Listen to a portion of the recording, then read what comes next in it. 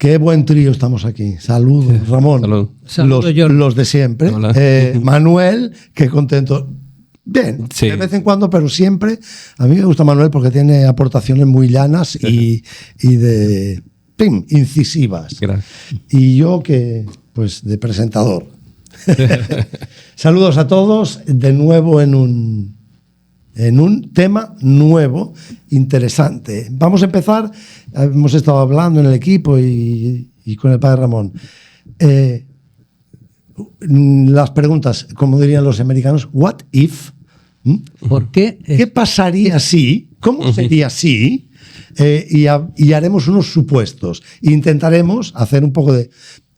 No diré ciencia ficción, pero no es buscar qué pasaría si. Es un poco buscar las causas de la situación actual, qué es lo que estamos viendo ahora y por qué se ha llegado a esta situación. Muy bien, pues hoy el primero sería ¿sí? ¿Qué pasaría si en el mundo, si el cristianismo fuera realmente cristianismo?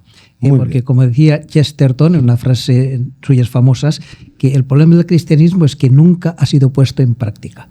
Digamos así, porque sí, quizá fue puesto en práctica los primeros siglos de la Iglesia, está siendo puesto en práctica en algunos lugares donde la Iglesia está siendo perseguida, pero ha habido, digamos, una progresiva mundanización de la fe cristiana.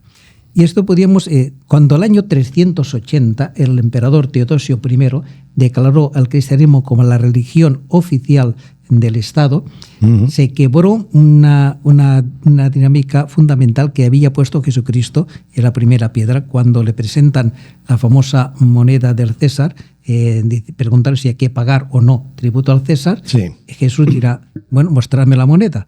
¿De quién es esta moneda? Del César. Pues darle al César lo que es del César y a Dios lo que es de Dios. O sea, con eso Jesucristo establece la separación entre la política y la fe.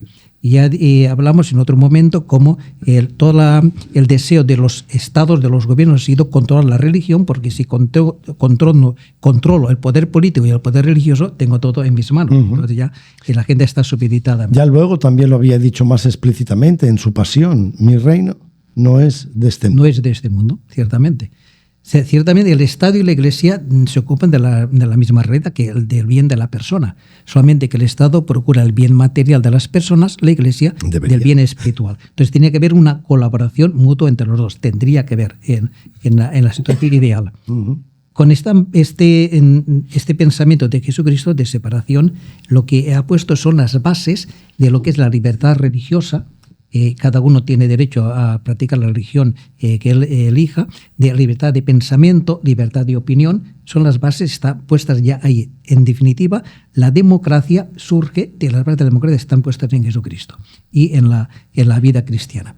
De hecho, durante los 3 primeros siglos de la Iglesia se presentó lo que es la libertad de la fe y la libertad de pensamiento frente al absolutismo estatal que era el Imperio Romano. Y hubo ese combate entre la libertad y el absolutismo. Ahora bien, con la paz, digamos así, con la paz de Constantino, en que se declara, legal el cristianismo, y sobre todo con lo que hemos dicho con Teodosio, cuando declara, bastantes años más tarde, pero declara ya el cristianismo como la iglesia oficial del imperio, entonces hay un cambio, digamos, de perspectiva. Es decir, entra el mundo y la política entra dentro de lo que es la Iglesia y de alguna manera la Iglesia se convierte en parte del establishment, y de alguna forma el intento también del poder político de controlar la Iglesia. Tenemos el caso, por ejemplo, del cesaropapismo, que se dio sobre todo en la Iglesia oriental. En la Iglesia occidental, aparte de la Iglesia occidental, esto no se dio tanto porque el poder político entró pronto en quiebra con la caída del Imperio Romano. En cambio, el Imperio de Oriente continuó durante 1000 años más y ahí el control por parte del Estado, por parte de la Iglesia, fue muy estricto, digamos así. Pero ya también ese deseo por controlar o que la Iglesia vaya de la mano del poder político también se ve muy claro ya con Constantino en el año 325, concilio de Nicea. Sí, es un concilio en el que el emperador puja, insiste en: ustedes se encierran y aclaren esto, porque lo que no me conviene en el imperio es una iglesia dividida. Exactamente. Entonces, yo no entro en teologías. A mí, si Arrio tiene razón o Atanasio tiene razón, no me interesa, pero se me ponen de acuerdo. Exactamente. Siempre es el deseo que decimos del poder de controlar la iglesia y tener, digamos, la iglesia en sus manos. Si hay división en la iglesia, claro, eso no le interesa. Bien, por eso ya el inmiscuirse del poder político dentro de la Iglesia, que eso se extendió a lo largo de durante muchísimo tiempo. Tenemos, por ejemplo, en la Edad Media, en la lucha de la Iglesia contra el poder, contra el Estado, con el problema de las investiduras. Es decir, los obispos son pastores de la Iglesia para guiar al pueblo de Dios, pero eran también funcionarios del Estado. Entonces el problema se planteaba: ¿quién nombra a los obispos? ¿El Estado o la Iglesia? ¿Quién inviste a una persona como obispo? Esa lucha se mantuvo durante muchísimo tiempo. Tenemos concretamente el caso de Gregorio VII, San Hildebrando, San Gregorio VII, que luchó denodadamente por lograr la independencia de la Iglesia, de que fuera la Iglesia quien nombrara a sus pastores y, por tanto, desligarla de la intromisión estatal. Entonces, el problema tenemos que ha habido una entrada masiva dentro de la Iglesia y ha pasado prácticamente de golpe, con un cierto proceso, de una iglesia pobre y perseguida a una iglesia, digamos, con estatus social relevante. Eso hizo que mucha gente entrara dentro de la iglesia no por convencimiento de la fe, sino por conveniencia social, porque estaba en este momento de moda el ser cristiano. Exacto. Y tanto eso, por eso no es de extrañar que el radicalismo cristiano se refugiara en el monaquismo, que fueron los monjes que iban al desierto a hacer, puesto que ya en la sociedad eso estaba, digamos, en entredicho, en quiebra, ellos iban al desierto para vivir la radicalidad cristiana. Y esto lo hemos visto también como a lo largo de muchos siglos el radicalismo cristiano se ha refugiado en las órdenes religiosas, en las congregaciones religiosas, donde hacían presente lo que es la pobreza, lo que es la castidad y lo que es la obediencia, que es propio de todo cristiano. Nace ahí los San Francisco y demás fundadores de órdenes. Sí, pero ha habido un cambio de perspectiva en que parecía que la iglesia auténtica estaba en el mundo religioso. Las órdenes religiosas que vivían los 3 consejos evangélicos, que no son consejos para quien los quiera seguir, sino que es la base de lo que es la vida cristiana. Cuando Jesucristo habla de pobreza, castidad y obediencia, y habla de Shema, habla a todos los cristianos, no solamente a los religiosos. Pero sucede esto, que cuando la iglesia, digamos, en general se está mundanizando, hay algunos que quieren vivir esta radicalidad, como al principio fueron los eremitas, el monacato y luego las órdenes religiosas que, digamos, de alguna manera, y durante mucho tiempo ha estado esa mentalidad dentro de la gente de que ahí estaba, digamos, la esencia. Los cristianos de clase A. De clase A. Y ahí se dio clase A de grandes ligas y de ligas menores. Nosotros somos de las menores. Pero entonces, ¿cuál, y si lo dice el Evangelio, lo dice Jesús, cuál es o cuál debería ser la relación de la Iglesia con el mundo? Bien, la relación de la Iglesia con el mundo, la Iglesia es sacerdotal y es profética y es real. O sea, real en el sentido de que la Iglesia es dueña de sí mismo y por tanto es reina en cuanto que domina sobre realidades de este mundo. O sea, domina sobre todo contra aquellas realidades que intentan destruir a la humanidad, cuya cabeza visible es el demonio. Es la lucha eterna entre la mujer y la serpiente, entre las descendencias de una y de otra. Entonces, la Iglesia tiene frente al Estado la dimensión profética de llamar al Estado la verdad. Cuando el Estado no obra, no actúa de acuerdo a, digamos así, a lo que es la dignidad de la persona humana, entonces la Iglesia está llamada a llamarle al orden y tanto a iluminar y a dirigir desde la fe la política de los estados. Esto ha estado durante mucho tiempo en que el papado era un poco el que dirigía las políticas estatales, concretamente en la Europa entonces cristiana, Europa medieval, entonces cristiana, en que era el Papa, digamos, el árbitro en que dirimía los problemas y los conflictos que había entre los estados y dentro de los mismos estados. Sin embargo, esto, que llegaría al culmen en el siglo XIII, poco a poco entró en crisis sobre todo a partir del segundo milenio. Fundamentalmente. A partir del segundo milenio aparece una serie de hechos, digamos así, que van golpeando a la Iglesia. Por ejemplo, al año 1054 tenemos la primera ruptura de la Iglesia con la separación de lo que es la ortodoxia, el mundo ortodoxo, de la Iglesia católica. La separación fue motivo de malos entendidos con la excusa de que había divisiones doctrinales con el famoso filioque, que el Espíritu Santo, ¿de dónde procede? Según la ortodoxia, del Padre a través del Hijo. En cambio, la Iglesia Oriental dice del Padre y del Hijo. Ese I entraba en conflicto. En de fondo es lo mismo, significa exactamente lo mismo. Pero es una excusa porque el problema era sobre todo problema político. Tema de autoridad, reconocimiento de la autoridad. De la autoridad. Y por tanto, de alguna manera, por eso esta separación, que no es herejía, sino que mantiene la misma fe, exactamente lo mismo, pero se distancia, rompe con el Papa. Estas son las iglesias ortodoxas. Ortodoxas. Hay que distinguir que también hay iglesia católica ortodoxa. Sí, bueno, es decir, el rito, digamos, porque la iglesia se expresa en diferentes ritos, y de hecho ha habido muchos ritos en la antigüedad.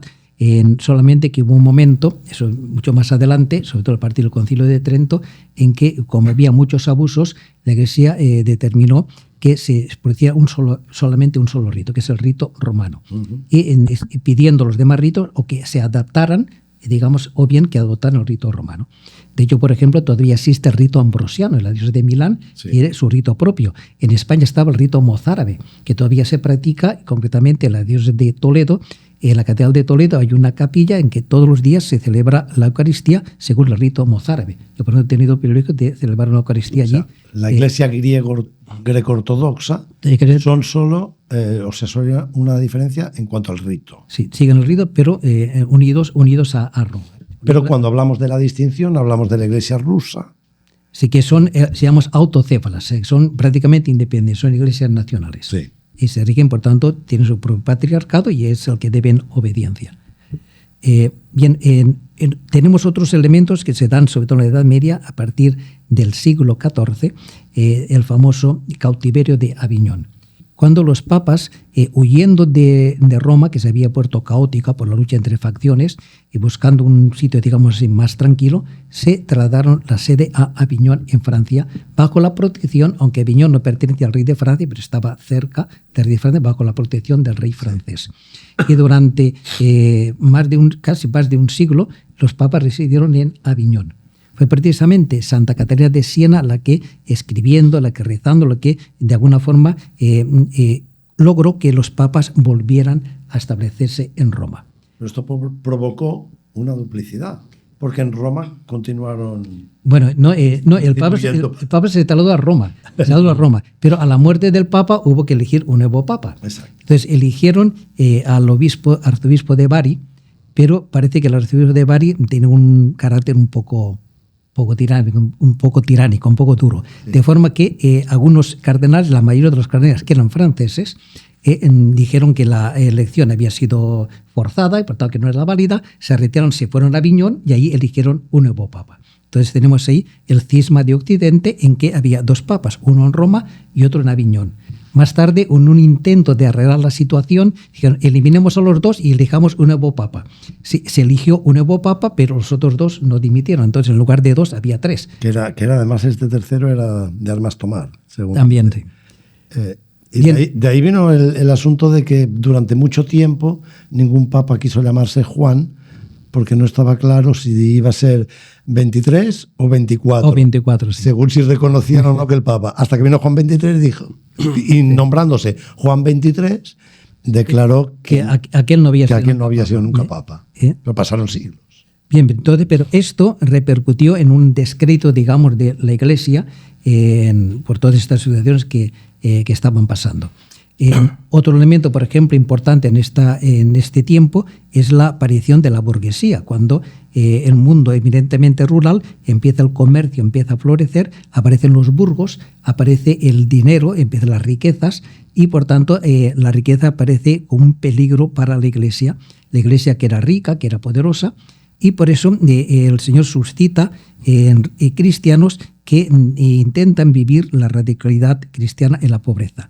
Aparecen las órdenes mendicantes con San Francisco de Asís y Santo Domingo de Guzmán, entre otros, también los carmelitas, etcétera, donde quieren defender lo que es la autenticidad de la Iglesia, viviendo los famosos tres principios de pobreza, castidad y obediencia.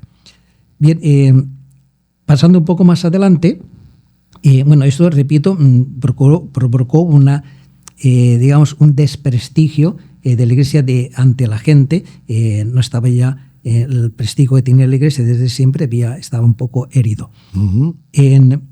Si vamos un poco más adelante, con el Renacimiento y con poner al hombre en el centro de todo, empieza un nuevo inicio, digamos, de un neopaganismo, en el que se va sustituyendo lo que hasta entonces había sido un equilibrio estupendo entre la fe y la razón, porque la fe y la razón no se contradicen, tienen el mismo origen, y de hecho la Iglesia medieval no era una iglesia, o la sociedad medieval no era una sociedad oscurantista como lo ha pintado una especie de leyenda negra, porque eso de Edad Media fue un invento del siglo XIX, para desprestigiar aquella época.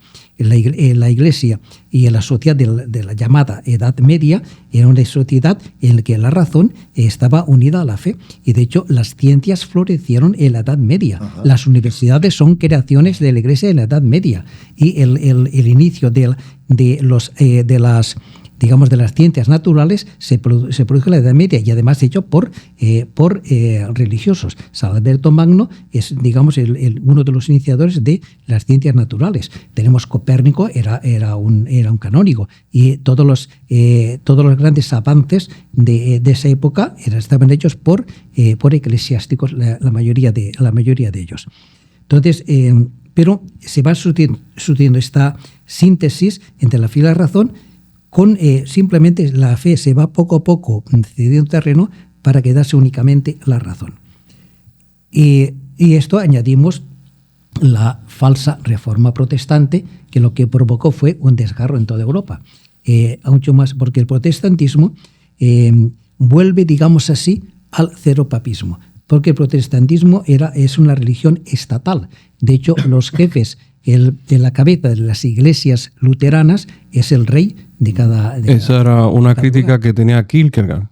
Exactamente. Que criticaba... Kierkegaard, que era danés. Exactamente. De hecho, los príncipes alemanes eran príncipes, no eran reyes, pero en el norte de Europa, lo que es Escandinavia, los reyes escandinavos asumieron el luteranismo porque les interesaba.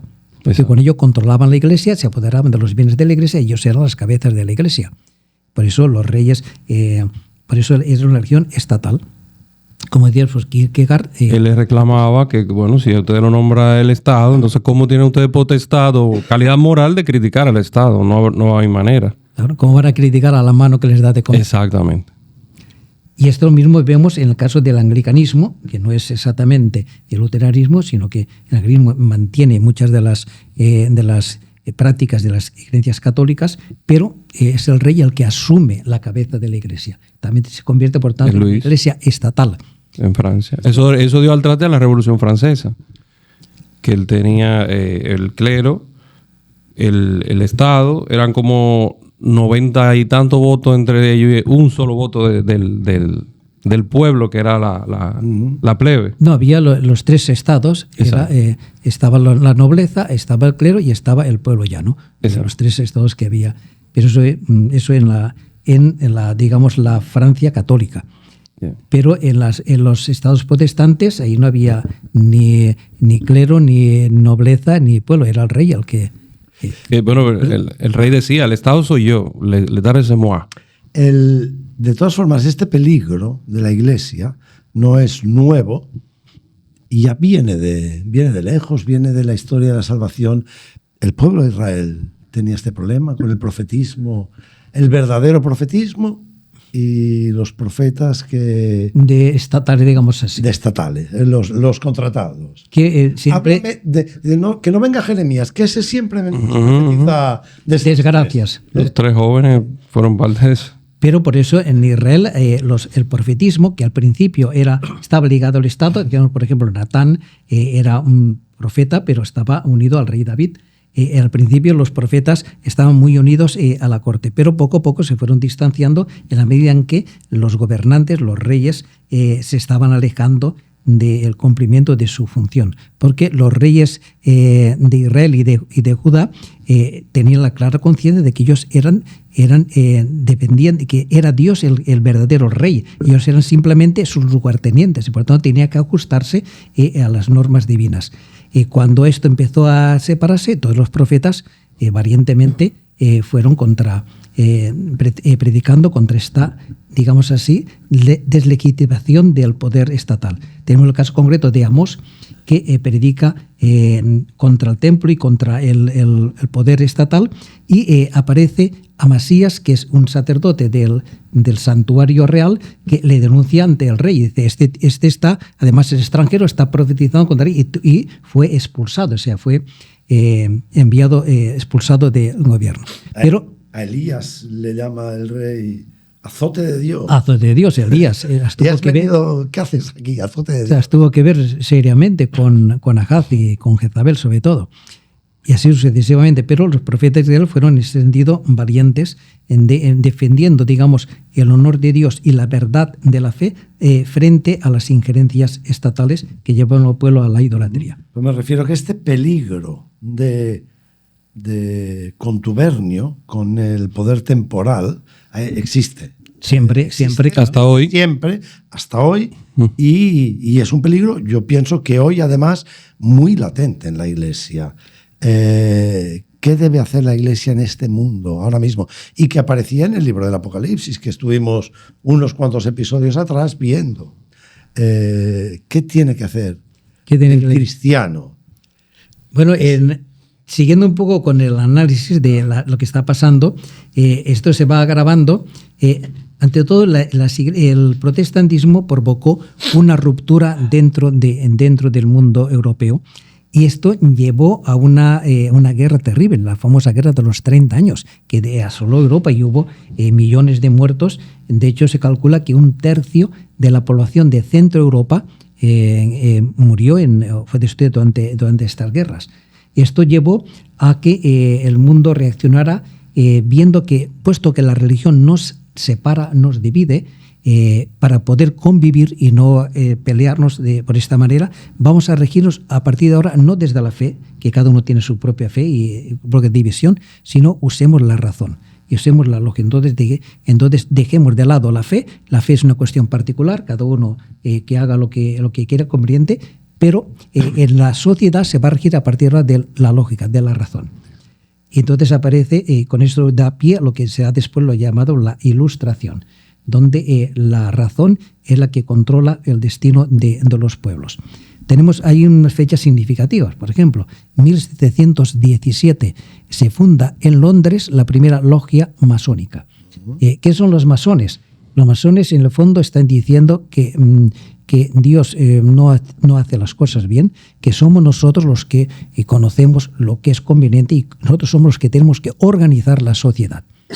Por tanto, si la Reforma Protestante de alguna manera iba en contra de una iglesia mediocre, según su forma de entender, ahora lo que hace la Ilustración no va contra la iglesia, va contra el mismo Cristo. Porque a partir de ahora Cristo ya no es la luz que ilumina al mundo. Ahora, quien ilumina al mundo es la luz de la razón. Es mi razón la que ilumina al mundo. Y tenemos un caso concreto porque de este elemento, por ejemplo, tenemos otra fecha significativa. 1789, con la Revolución Francesa, en la que se quita de la Catedral de París la imagen de la Virgen y se coloca la diosa razón.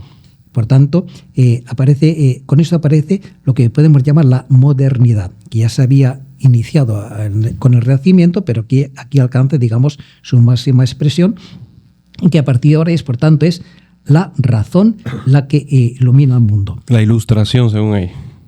De alguna manera lo que está haciendo es poniendo al demonio en lugar de Cristo. Es Lucifer, la luz del mundo, la que ilumina al mundo. De hecho, la masonería es luciferina. O sea, la masonería en sus grados más altos lo que adora es al demonio. Por tanto, su cometido es destruir la Iglesia, destruir la sociedad cristiana para implantar una sociedad según sus criterios. Ahí aparece, por ejemplo, toda lo que es la filantropía, pero desligada de lo que es el amor. Aparece una serie de prácticas y, de hecho, tenemos que decir que la mayor parte de los gobernantes de los siglos XVII y siglos XIX, la mayor parte eran masones. Por ejemplo, los padres de la independencia norteamericana eran masones. De hecho, en el dólar hay un símbolo masónico muy claro. Los padres de las iglesias, de la sociedad de las naciones hispanoamericanas que surgieron después de la independencia eran masones. Bolívar era masón, San Martín era masón, etcétera, etcétera. De hecho, los gobiernos mexicanos, el PRI, típicamente eran todos masones y que seguían mucho la filosofía positivista. Es decir, ahora soy yo el que determina las normas que tiene que ser la sociedad. Ya no me baso en lo que es la ley natural y lo que es los principios cristianos, sino es mi razón la que lo determina. Nos hemos hecho adultos. Hemos pasado la época de la infancia, que era la época teológica. Hemos pasado la adolescencia, que era la filosófica. Estamos en la adultez, que es la ciencia. Sí, de hecho, ahí aparece, con esta ideología aparecen elementos muy, por ejemplo, aparecen el colonialismo, aparece de esta filosofía, el nacionalismo de la nación como lo importante, aparece de esta filosofía. Y de esta mentalidad, que en principio parecía que lo iba a resolver todo, lo iba a arreglar todo, entró en quiebra en momentos muy graves con la aparición de los totalitarismos, concretamente el totalitarismo nazi y el totalitarismo comunista, que son tal para cual, no es ninguno mejor que otro, porque se ha hablado mucho contra el nazismo, pero como el comunismo todavía sigue vigente, eso se le oculta, pero el comunismo es tan opresivo o más que el nazismo. Aparecen esos totalitarismos y aparece sobre todo la quiebra de la razón, aparece con la explosión de las dos guerras mundiales, en que la razón no ha resuelto ninguno de los problemas que tiene la sociedad, sino que ha llevado a una confrontación seria entre unos y otros. Y la ciencia ha creado, como hemos visto en los premios Oscar, la ciencia ha creado la bomba destructiva mayor que se ha usado en la historia. Las hay peores, todavía no se han usado. Esperemos, Dios quiera que no se use nunca. Bien, de hecho, entonces aparece una serie de crímenes propios de la razón. Hay voy a decirlo, pero claramente, después de la Segunda Guerra Mundial, de alguna manera se acusó a la sociedad alemana de haber sido cómplice de los crímenes nazis, que sabiendo o prefirieron cerrar los ojos, no quiere saberlo, pero de alguna manera fueron cómplices de los crímenes nazis. ¿Y qué habría que decir hoy, por ejemplo, de la sociedad actual? ¿No es también cómplice de los crímenes del aborto? Tanto habría que... porque esto es lo que está llevando la razón, y esto lo haremos en capítulos próximos, más específicamente de lo que está... lo que están viendo hoy es una especie de prólogo de ambientación de lo que está pasando. Es decir, ¿cuál es la causa en definitiva de todo lo que está pasando? En el fondo ha sido un debilitamiento de la fe. La fe que era cuando la Iglesia ha sido realmente ferviente, cuando la Iglesia ha sido realmente auténtica, ha sido una Iglesia cuando está siendo perseguida. Pero digamos, cuando ha llegado un poco a la prosperidad de la Iglesia, esto no tendría que haber sido así, pero de hecho así ha sido históricamente. La fe ha ido decayendo, ha ido decreciendo. porque lo estamos viviendo hoy mismo. Ahora mismo, allí en aquellos lugares donde la iglesia está siendo, los cristianos están siendo perseguidos y además están siendo perseguidos físicamente, la fe se mantiene fuerte. En aquellos países donde ha habido, digamos, bondad, prosperidad, ahí es donde el cristianismo está más en decadencia, como ocurre, por ejemplo, en la vieja Europa y en los, digamos, el mundo teóricamente occidental. De hecho, hay un paralelo muy importante y además es un paralelo que es palabra de Dios, que nos puede un poco ilustrar la situación que estamos viviendo. Concretamente es la situación del reino de Judá. El reino de Judá, los reyes de Judá, que como decíamos, son lugartenientes de Dios y por tanto tienen que regirse según las normas divinas, poco a poco han ido cayendo en el paganismo, en la idolatría. Y aparece un profeta, en este caso Jeremías, que llama a la sociedad a conversión. Pero, sin embargo, Jeremías no es escuchado. Le llaman pájaro de mal agüero, predicador de desastres, y aparecen otros profetas como Ananías, que dice todo lo contrario. Por tanto, aparece esta situación. Jeremías no es escuchado. Y la consecuencia de todo esto es que, ¿qué le pasó a Judá? Que va a ir al exilio, va a ir al destierro. El destierro fue, digamos, una cura de urgencia que tuvo que hacer Dios para salvaguardar la fe del pueblo elegido. Porque, de hecho, después del destierro, que fue una prueba durísima, y además ahí, digamos así, se puso a prueba seriamente la fe, porque si Dios no había sido suficientemente poderoso para defender a su pueblo de sus enemigos, entonces era que un Dios que no era válido. Sin embargo, de esa crisis de fe surgió realmente lo que es la fe fortificada. Y aparece concretamente el monoteísmo. Porque el antiguo pueblo de Israel era, su Dios era Yahvé, pero eran también de mentalidad politeísta, porque Yahvé era nuestro Dios, el Dios personal, pero había otros dioses que había que tener en cuenta, concretamente los Baales, que eran los que enviaron la lluvia, etcétera, etcétera. A partir de este momento de crisis profunda, surge la cuestión. O sea, si Yahvé es el autor, digamos, directo de la historia, Él es el que nos sacó de Egipto, que nos alimentó en el desierto, que nos llevó a esta tierra, y ahora nos saca de esta tierra, nos lleva a Babilonia, significa que Yahvé también tiene poder sobre Babilonia, también tiene poder sobre Egipto, sobre el desierto, sobre el mar. ¿No será que Yahvé tiene poder sobre el mundo entero? ¿No será que Yahvé es el único Dios? Por eso el monoteísmo se refuerza a partir de esa crisis que supuso el destierro. Por tanto, ahora bien, este es un paralelismo que estamos viendo ahora, porque ¿qué pasa en este momento en nuestra sociedad? En que la Iglesia, de alguna manera, no en todas partes, pero está cediendo o puede ceder ante la avalancha del nuevo paganismo, del neopaganismo.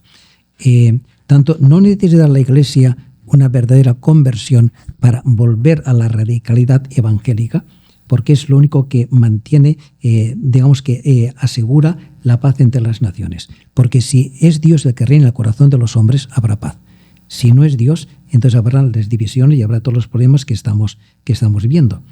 Entonces, en este momento estamos viviendo un combate que es un combate eterno, siempre entre la mujer y la serpiente, y entre las no me sale la palabra ahora, las descendencias de ambos. Pero antes de eso, yo pienso, en base a lo que ha dicho, que sí, hace falta una radicalidad en la Iglesia, pero también una conciencia clara de que tiene que haber un cambio de mentalidad dentro de la Iglesia, en el sentido de que no es la Iglesia el santuario de los justos, de los buenos, de los que Dios quiere. Está pensando ahora precisamente en el profeta, cuando dice: ¿cómo os mostré mi santidad castigándoos, mostraré también mi gloria castigándolos a ellos, para que sepan como vosotros sabéis. Sí, que no hay Dios fuera de él. Que no hay Dios fuera. O sea, Dios se manifiesta a todo el mundo a través de lo que hace con un grupo.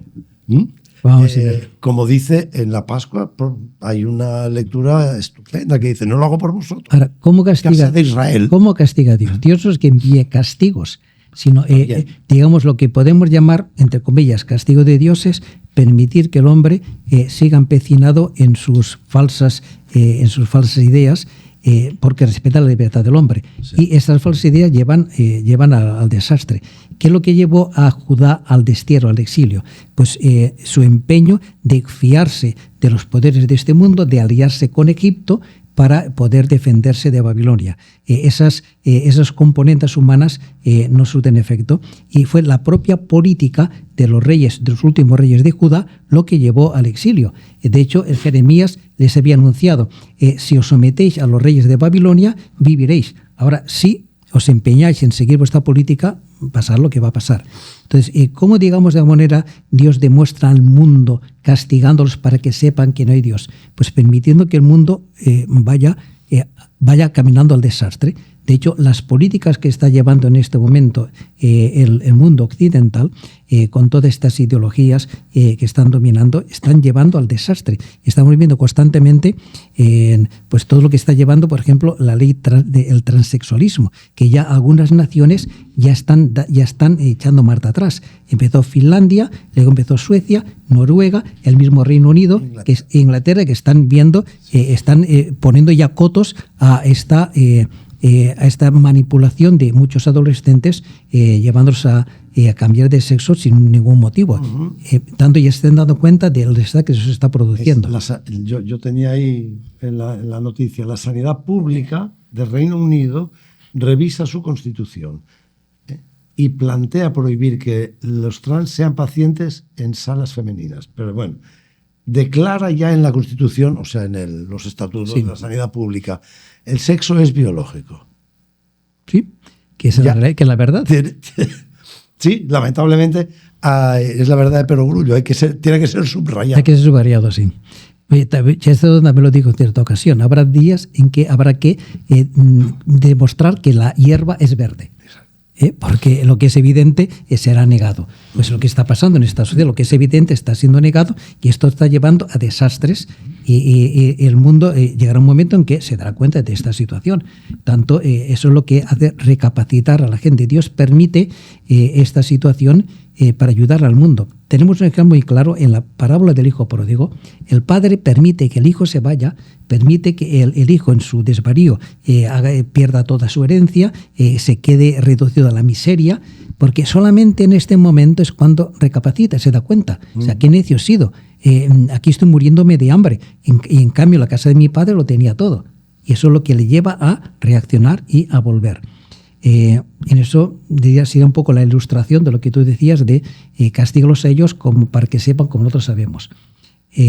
Pues bien, eso es la forma que tiene Dios de actuar, porque respeta siempre la libertad del hombre. Entonces, ¿cuál es lo que nos está pidiendo hoy el Señor? Lo que está pidiendo es volver a la radicalidad evangélica. Está pidiendo que vivamos el cristianismo como tiene que ser vivido. Y para ello, el Señor tiene una forma de ayudarnos en este sentido, que es a través de la persecución.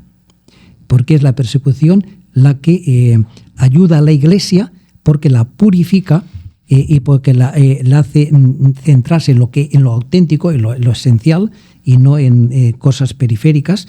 Y por tanto es una gracia para la Iglesia, y también es una gracia para el mundo, porque merced a la sangre, entre comillas, de los cristianos que aceptan el desprestigio, aceptan el rechazo, incluso la muerte física por defender la fe, es como el mundo alcanza la salvación. Esto ya ocurrió en el mundo antiguo con la Iglesia primitiva, y esto lo que está llamado también la Iglesia a hacer en todo tiempo. Por tanto, ¿qué podríamos decir de todo esto, esta situación que está pasando? ¿Por qué estamos viviendo la situación que estamos viviendo al presente? Porque ha habido un debilitamiento de la fe. ¿Y cuál es la solución? La solución es volver a los orígenes y por tanto, centrarnos en lo que realmente es esencial, que es Cristo. Uh-huh. Muy bien. No hemos ido. Yo espero que podamos, de todo lo que hemos hablado, sacar la respuesta, porque la pregunta era ¿cómo sería el mundo si la Iglesia fuera lo que Fuera tiene que ser. ¿Cómo sería el mundo? Tanto lo que tiene que hacer tampoco sería yo entiendo, no sería un jardín de rosas, porque No, en el por fondo supuesto. eso es lo que ha pretendido siempre el poder temporal. Coger los valores del cristianismo y coger esa promesa, esa vida eterna, ese paraíso y traerlo a la tierra. Sí. Pero el paraíso no está en la tierra, está en la no funciona ni así. lo va a estar. Entonces, tampoco es que por culpa de la Iglesia no tenemos el paraíso en la tierra. No es eso. El poder político siempre sueña con un redentor social. Porque el poder político quiere hacerlo eso al margen de Dios. Y eso ya sabemos que no funciona desde el principio. Tenemos el ejemplo claro de la Torre de Babel. Eso nunca va a funcionar. Si uno abandona el Oriente, abandona a Dios y quiere edificar una ciudad aquí en este mundo, en este mundo, eso no va a llevar a ninguna... Viene la dispersión de lengua. Viene la dispersión de lengua y viene la confusión y viene lo... Padre, entonces eso apunta a que se va a cumplir lo que hemos hablado, apunta a que se va a cumplir la profecía del joven sacerdote Ratzinger, que decía que va a haber una iglesia más reducida, pero más pura y más... Estamos caminando hacia ello. Exacto. Esperemos que esta purificación, que es necesaria que venga a la Iglesia, no sea demasiado dolorosa, pero que sea eficaz. Y eso depende de nosotros, depende de nuestra conversión.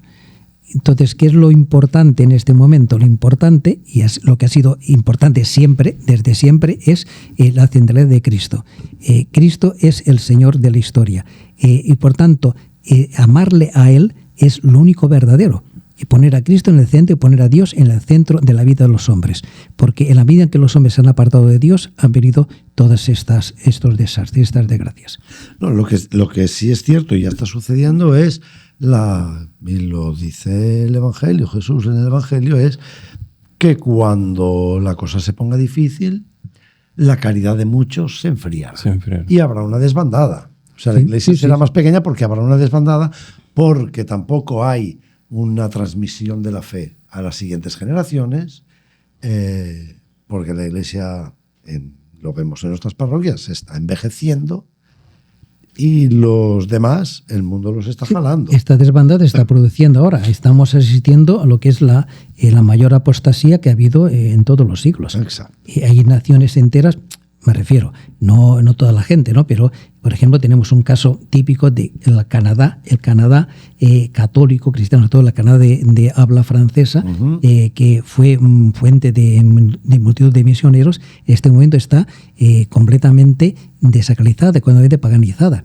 Y, por tanto, viviendo esta ideología de género y, además, yendo en contra de la propia Iglesia. O sea, ha habido lo que se llama la revolución silenciosa. Canadá ha pasado en poco tiempo de ser una cuna fuerte del cristianismo a ser una sociedad netamente paganizada.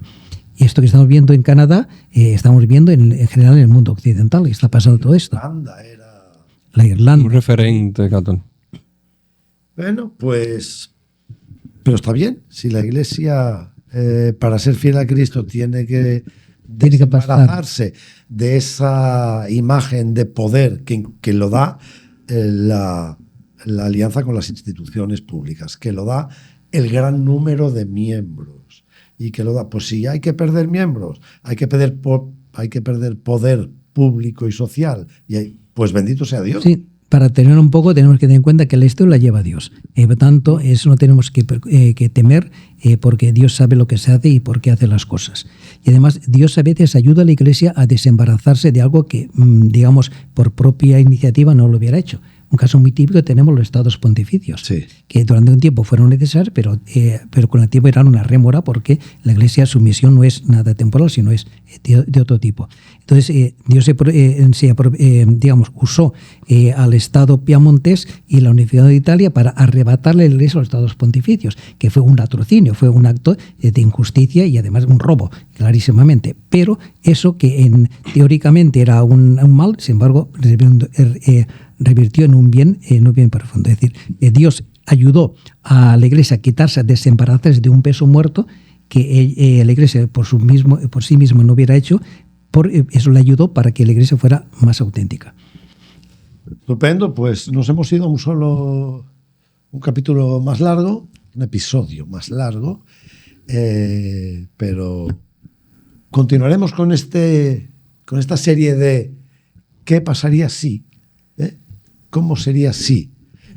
Planteándonos unas preguntas e intentando desentrañar la respuesta. Hasta entonces les saludamos, les animamos a que sigan con nosotros y a que nos comenten, pongan sus comentarios sobre lo que aquí se habla, sobre lo que quieren escuchar, y nos vemos en la próxima semana. Muy bien.